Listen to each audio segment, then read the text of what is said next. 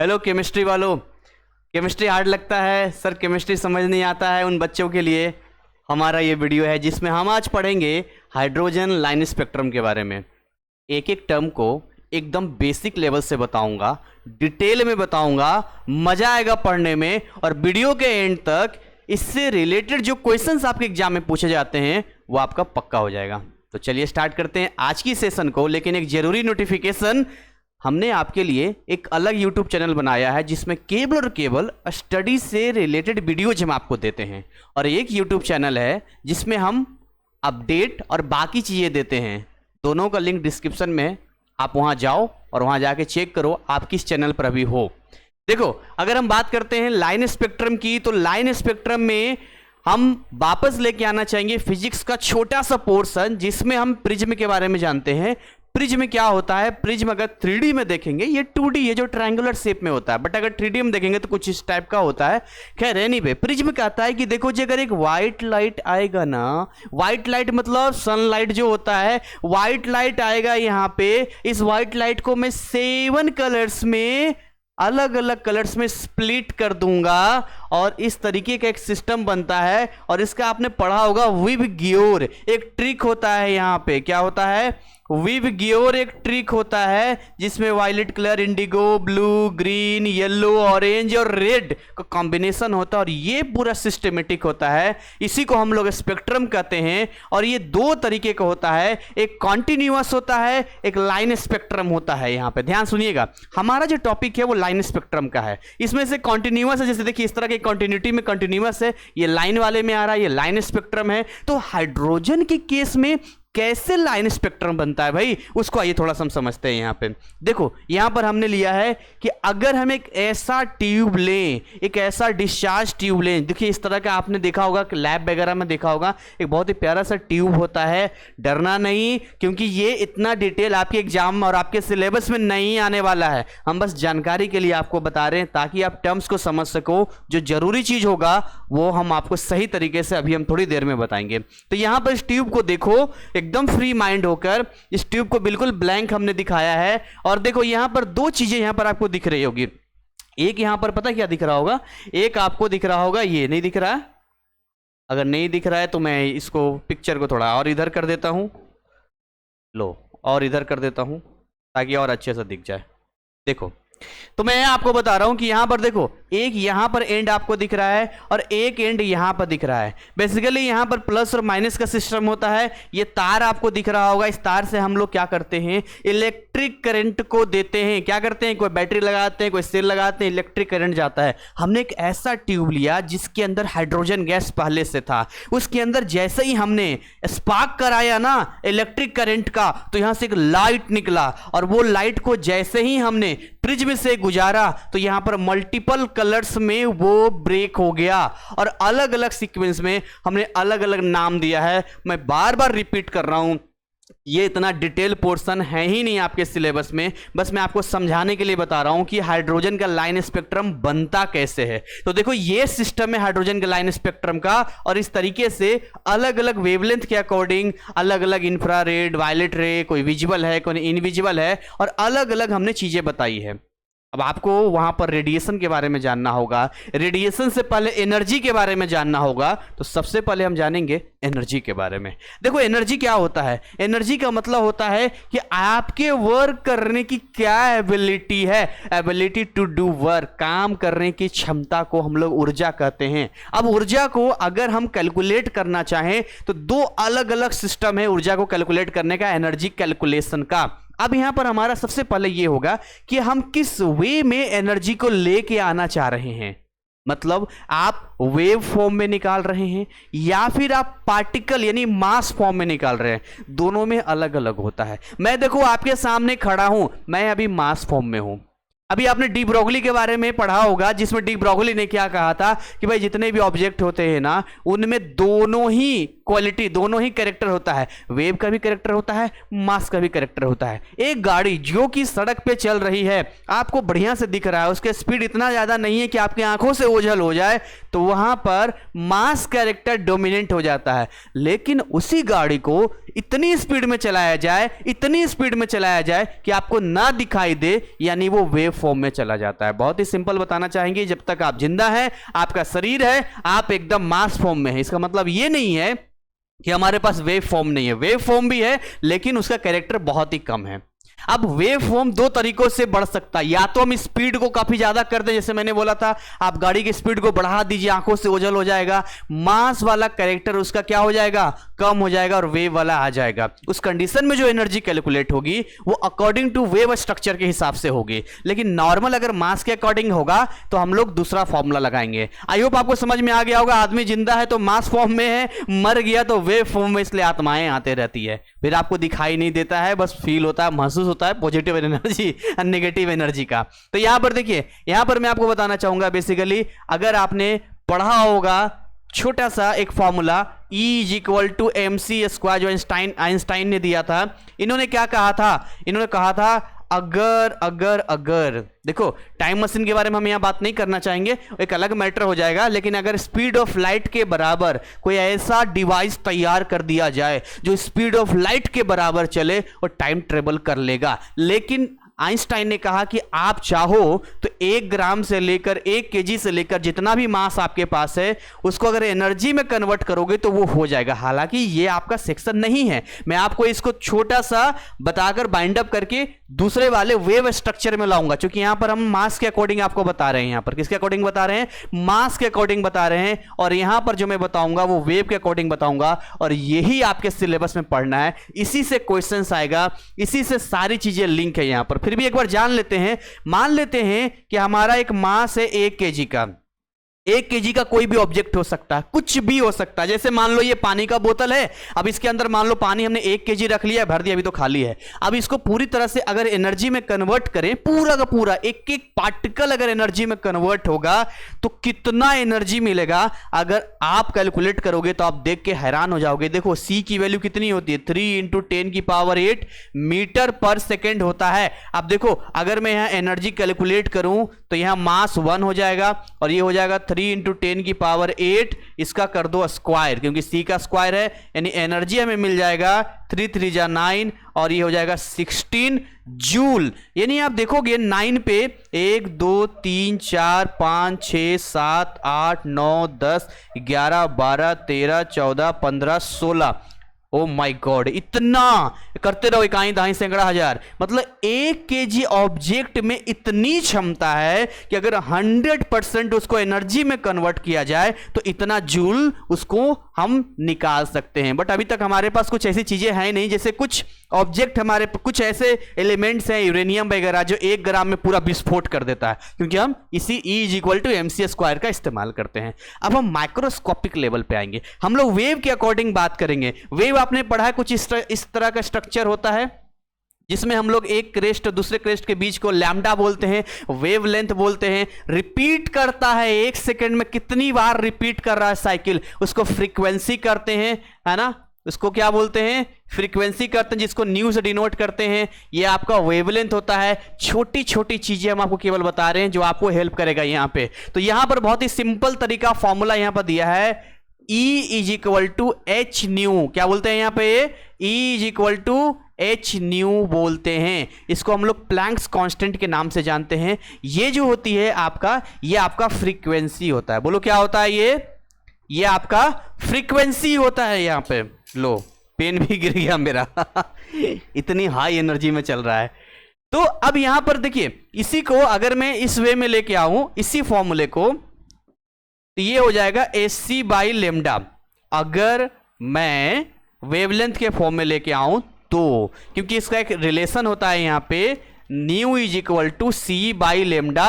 ये सारे फॉर्मूले अच्छे तरीके से ध्यान रखना, बस यही हम इस्तेमाल करने वाले हैं। अगर आपको यह फ्रीक्वेंसी दिया है तो आप एच न्यू निकाल देना। प्लैंक्स कांस्टेंट होता है, छोटे से कांस्टेंट की वैल्यू आपको दे दिया जाएगा, कोई दिक्कत वाली बात नहीं है। ज्यादा सरदर्दी नहीं लो, यहां लिख दूंगा आप करने लग जाओगे, सर इतना सारा हो गया। नहीं कुछ नहीं है, बस एक फॉर्मूला देखो मैं क्या बोल रहा हूं, सब भूल जाओ, यहां पर खाली इसको फोकस करो। बोलो E is equal to h nu, मैं क्या बोल रहा हूं, न्यू बोलते हैं इसको। E is equal to h nu, h constant value होती है, न्यू बदलता रहेगा, फ्रीक्वेंसी है ना। यहां पर E is equal to h c by lambda, same formula, क्योंकि फ्रीक्वेंसी और वेवलेंथ में एक रिलेशन होता है। C हमारा जाना पहचाना है, वही स्पीड ऑफ लाइट 3 × 10⁸ मीटर पर सेकंड, बात खत्म। तो एनर्जी में जब हम बात करते हैं तो मैं आपको यहां पर देखो, एनर्जी में रेडिएशन पहले आपको समझाना चाहूंगा। रेडिएशन क्या होता है, यहां पर आपने पढ़ा है वो वाला जिसमें आपने देखा है कि ये आपका N+P न्यूक्लियस में होता है, ये आपका K सेल होता है, ये आपका L सेल होता है, पढ़ा है ना ये सब। अगर नहीं पढ़ा है तो हमारा बेसिक केमिस्ट्री का वीडियो आपको देखना चाहिए, हमने लिंक डिस्क्रिप्शन में दिया है भाई। 1.5 घंटे के आसपास हमने 1.5-2 घंटे में पूरा का पूरा बेसिक केमिस्ट्री निचोड़ दिया है। एक बार देख लोगे ना, जिसको कुछ नहीं समझ में आता, केमिस्ट्री कभी पढ़ा नहीं है, उसको भी समझ में आने लग जाएगा। तो ये सब आपको पढ़ना चाहिए। तो देखो ये हो गया KLM, इसी तरीके से एक होता है हमारा N। बोलो क्या होता है N? एनर्जी पढ़ा रहे, एनर्जी नहीं होगा तो काहे की एनर्जी पढ़ा रहे। आप भी एनर्जेटिक रहो और एनर्जेटिक तरीके से पढ़ो, बोलते हैं ना हाउ इज द जोश हायर सर।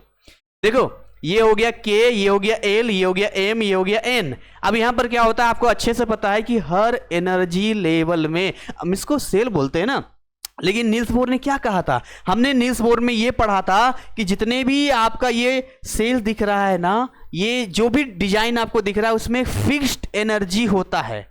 अब के सेल की बात कर रहे हैं ना, तो इनके पास भी फिक्स एनर्जी है, एल सेल के पास भी फिक्स एनर्जी है, और मजे की बात है कि इनके नंबर ऑफ इलेक्ट्रॉन भी इसी के अकॉर्डिंग होते हैं। और जो मैं सारा बेसिक में क्लियर करवा चुका हूं, यहां करवाऊंगा, वीडियो बड़ा लंबा चला जाएगा, मैं नहीं बता सकता हूं, लेकिन इतना बता सकता हूं जैसे के सेल में 2 इलेक्ट्रॉन होता है, तो अगर 2 इलेक्ट्रॉन है तो मान लो एक यहां पर है, एक यहां पर है, और दोनों एक ही एनर्जी लेवल में है, समझो ध्यान से। उसी तरीके से एल सेल में जाएंगे तो एल सेल में 1 2 3 4 5 6 7 ये 8 हो गया यहाँ पे। तो होता क्या है कि सिस्टमेटिक तरीके से हम लोग इलेक्ट्रॉन्स को यहाँ पर अरेंज करते हैं। अब देखो के सेल का एनर्जी लेवल अलग है, एल सेल का एनर्जी लेवल अलग है, एम सेल का एनर्जी लेवल अलग है, एन सेल का एनर्जी लेवल अलग है। तो इस केस में क्या होने वाला है कि आप जैसे जैसे बढ़ते जाएंगे आपका एनर्जी भी बढ़ता चला जाएगा।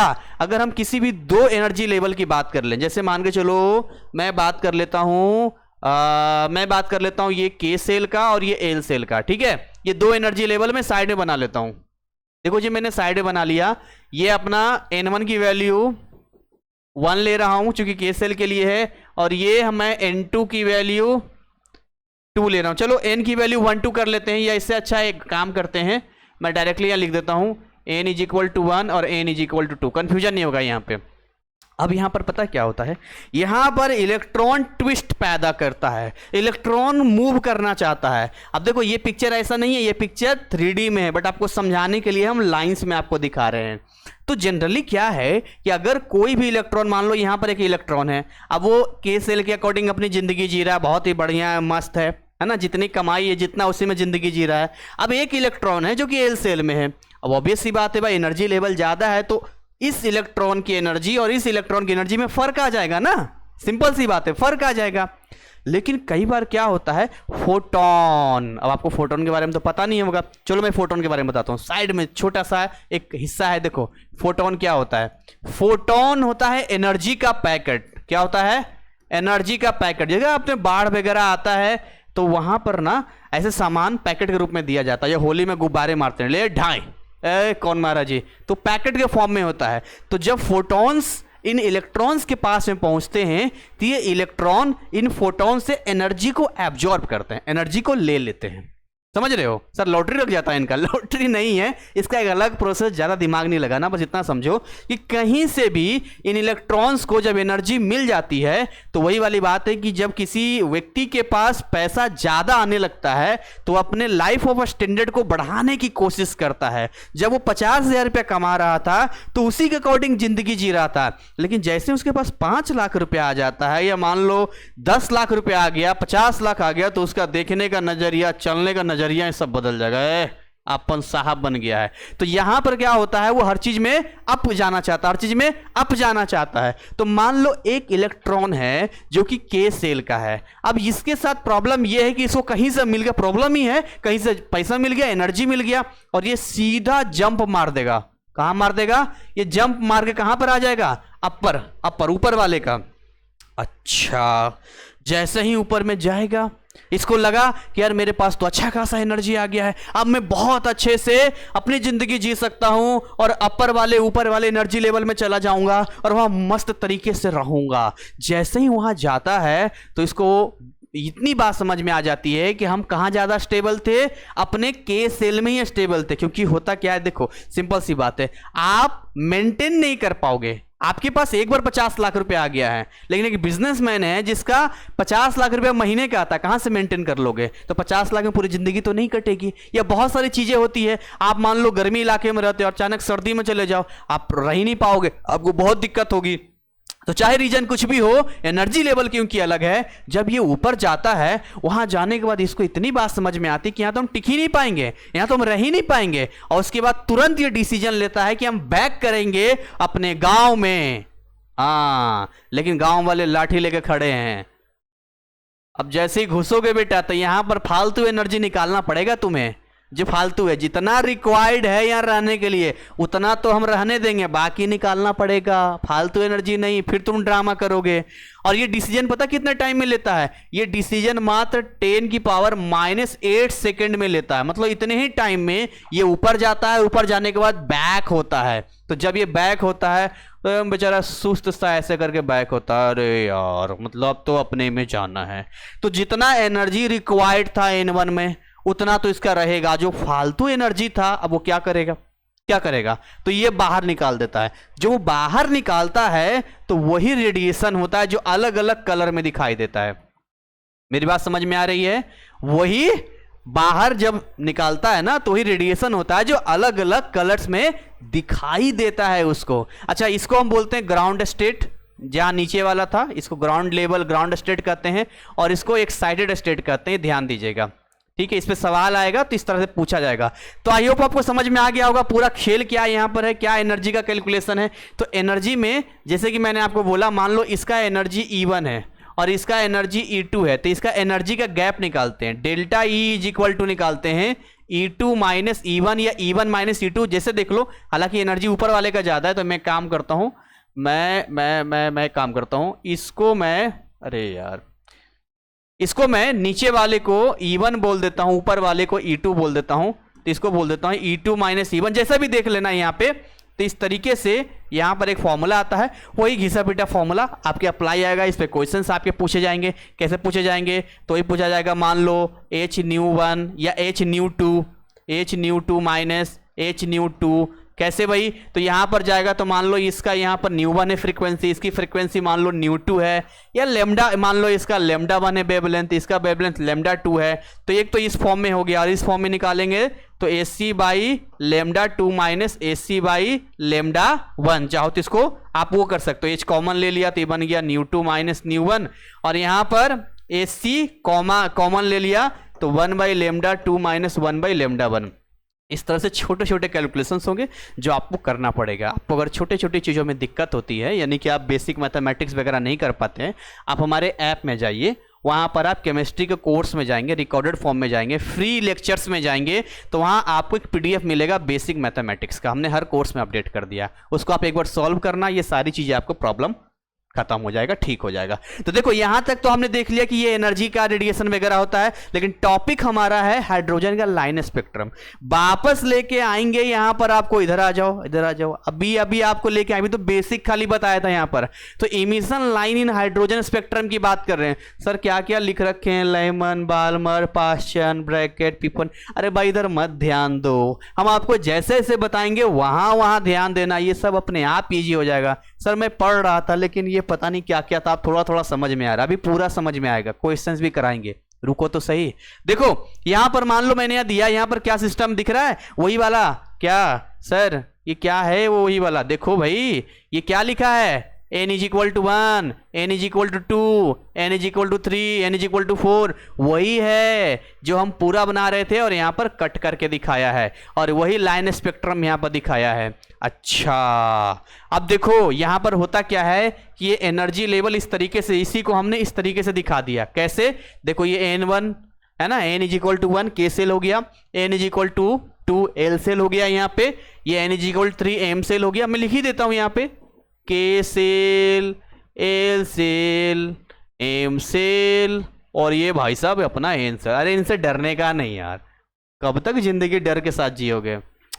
समझो इसको, आगे बढ़ो, इससे बड़े बड़े चीजें पढ़ना है लाइफ में अभी। अच्छा ये भी बात सही है देखो तो जैसे यहाँ पर मान लो इसी स्ट्रक्चर को हम इस तरीके से देखें, तो आपको समझा रहे हैं यहाँ पे कि कोई मान लो कि इलेक्ट्रॉन है जो कि यहाँ चला गया, फिर वो बैक आया, है ना, इस तरीके से फिर वो बैक आया, दिखा रहा है ये एरो वगैरह इस तरह से दिखा रहा है यहाँ पर, तो रेडिएशन के फॉर्म में बाहर निकालेगा। यही रेडिएशन दिख रहे हो यहाँ पर, इस तरह से रेडिएशन बाहर निकल रहा है, हमने पिक्चर में समझाया है। तो अलग अलग लेवल्स का हमने यहाँ पर दिखा दिया है। अब देखो इस पिक्चर को मेनली हम समझेंगे, इस पिक्चर में क्या है यहाँ पर। देखो ये लिखा हुआ है n इज इक्वल टू 1, ये लिखा है n is equal to 2, n is equal to 3, n is equal to 4, n is equal to 5, 6, 7, और ये इन्फिनाइट तक जाता है। मतलब इसका कुछ ऐसा नहीं है, हम अपने कैलकुलेशन में पूरा दिखाते हैं यहाँ पर। अच्छा तो सर इससे क्या होगा, देखो इससे क्या होगा, मेरी बात समझना यहाँ पे।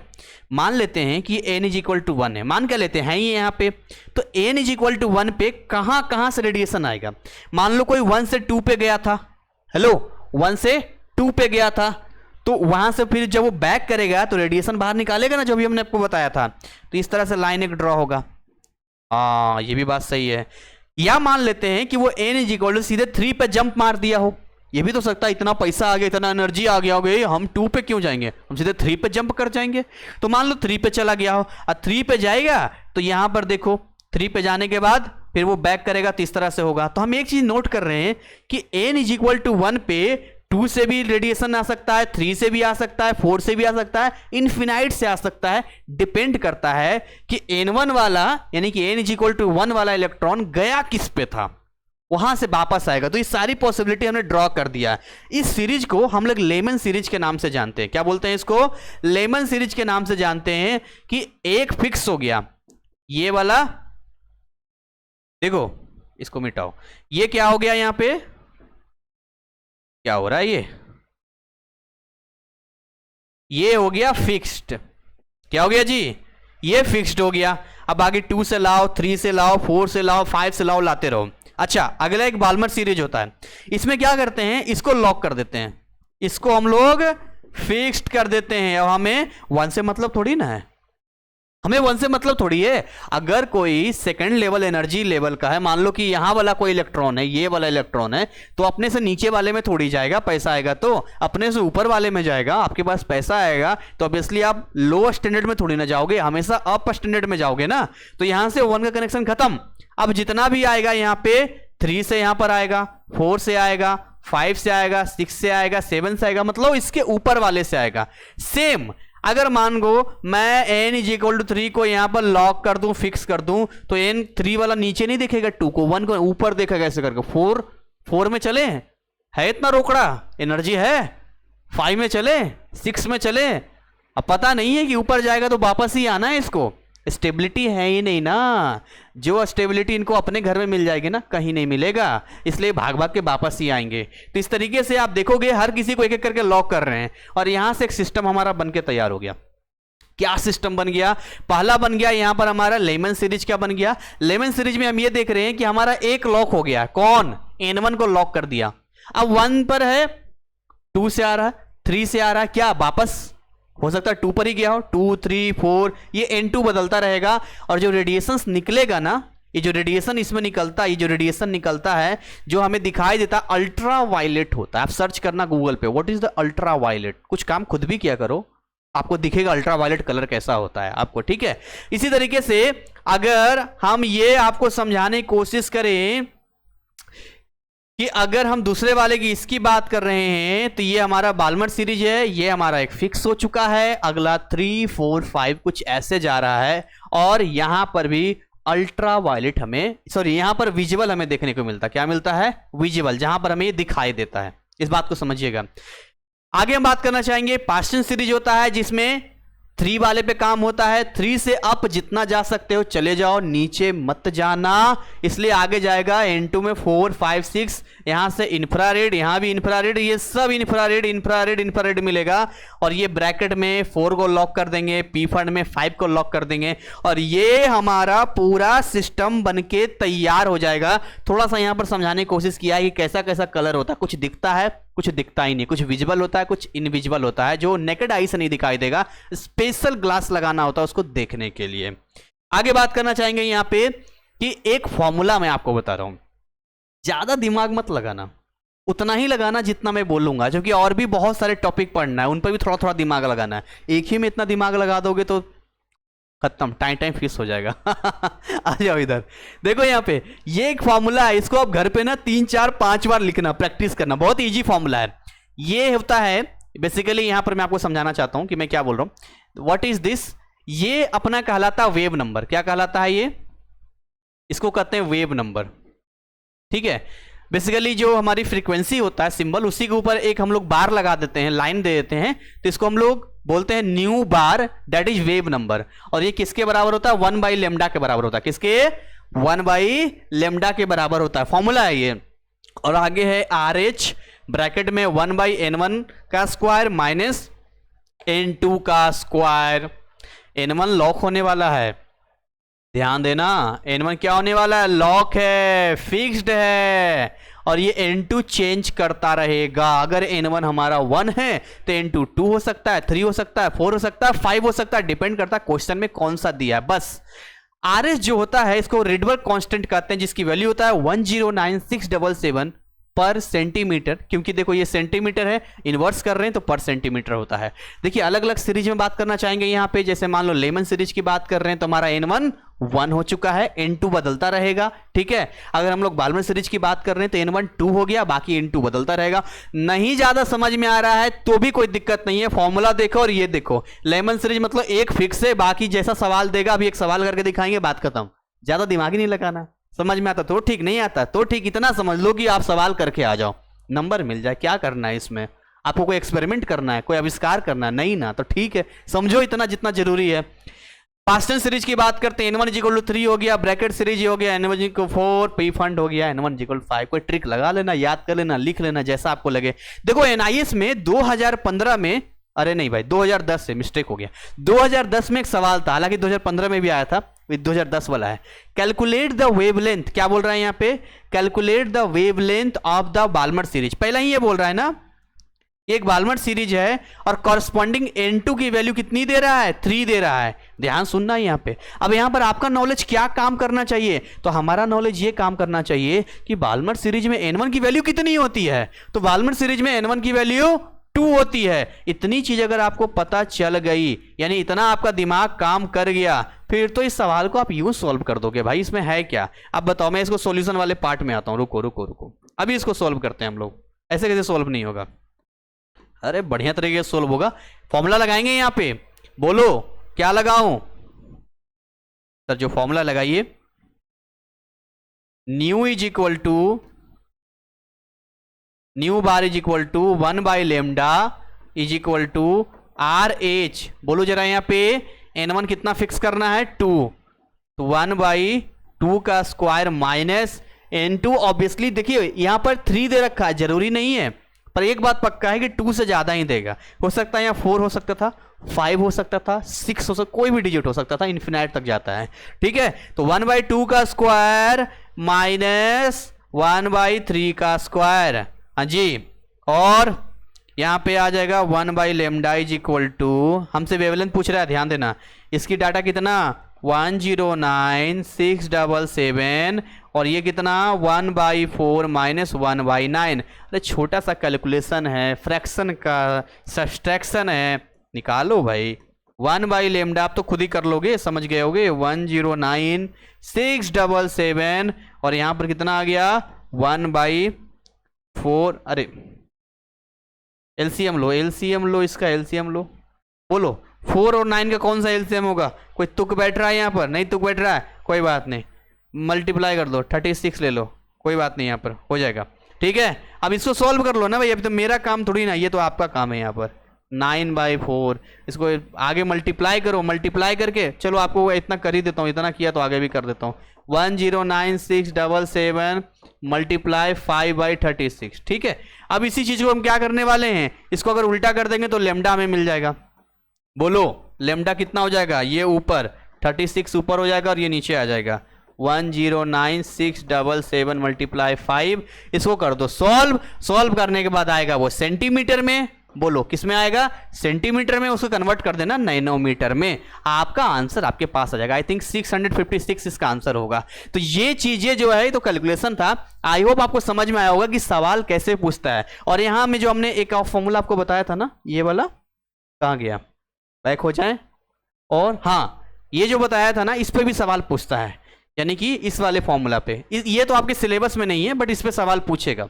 इस पे हमने क्वेश्चंस नहीं लिया, आप खुद अपना टेक्स्ट बुक खोलना, उसके बाद उनमें जो सॉल्यूशन वाला पार्ट होगा, मतलब एग्जाम्पल होगा या डायरेक्ट क्वेश्चंस होगा, उसको सोल्व करके देखना। तो ये पार्ट हमने आपका कंप्लीट कर दिया है। उम्मीद करेंगे सारी चीजें आपको समझ में आई होगी।